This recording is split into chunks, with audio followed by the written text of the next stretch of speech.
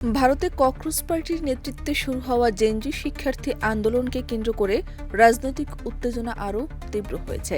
NEET পরীক্ষার প্রশ্নপত্র ফাঁস, শিক্ষা ব্যবস্থার অনিয়ম এবং সংস্কারের দাবিতে শুরু হওয়া এই আন্দোলন ইতিমধ্যে দেশ জুড়ে ছড়িয়ে পড়েছে।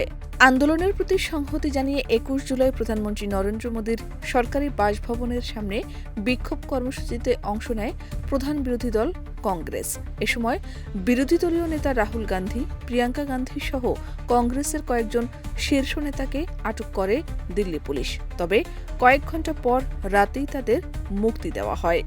আটকের পর প্রকাশিত এক ভিডিও বার্তায় কেন্দ্রীয় সরকারের কাছে ৫ দফা দাবি তুলে ধরেন রাহুল গান্ধী। তিনি বলেন, শিক্ষার্থীদের ন্যায্য দাবিকে দমন না করে সরকারকে দ্রুত পদক্ষেপ নিতে হবে।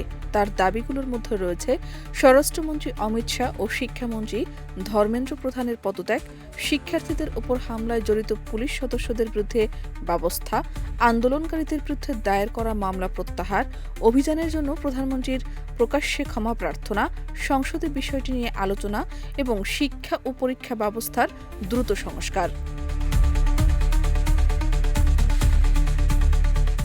আন্দোলনের প্রতি সমর্থন জানিয়ে রাহুল গান্ধী বলেন, কেন বারবার প্রশ্নপত্র ফাঁস হচ্ছে, কেন শিক্ষার ব্যয় বেড়ে যাচ্ছে এবং কেন সন্তানদের পড়াতে গিয়ে পরিবারগুলো আর্থিক সংকটে পড়ছে, এসব প্রশ্নের জবাব সরকারকে দিতে হবে।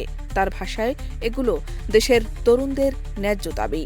এদিকে আন্দোলন ঘিরে সরকার ও বিরোধী দলের মধ্যে রাজনৈতিক উত্তেজনা আরও বেড়েছে। কেন্দ্রীয় শিক্ষামন্ত্রী ধর্মেন্দ্র প্রধান দাবি করেছেন, সরকার সংসদে এ বিষয়ে আলোচনায় প্রস্তুত। তবে কংগ্রেস রাজনৈতিক উদ্দেশ্যে শিক্ষার্থীদের আন্দোলনকে ব্যবহার করছে বলে অভিযোগ তার। অন্যদিকে কংগ্রেস বলছে, শিক্ষার্থীদের ন্যায্য দাবিকে উপেক্ষা করেই সরকার সংকটকে আরও গভীর করছে। শাহনাজ পারভীন, দেশ রূপান্তর।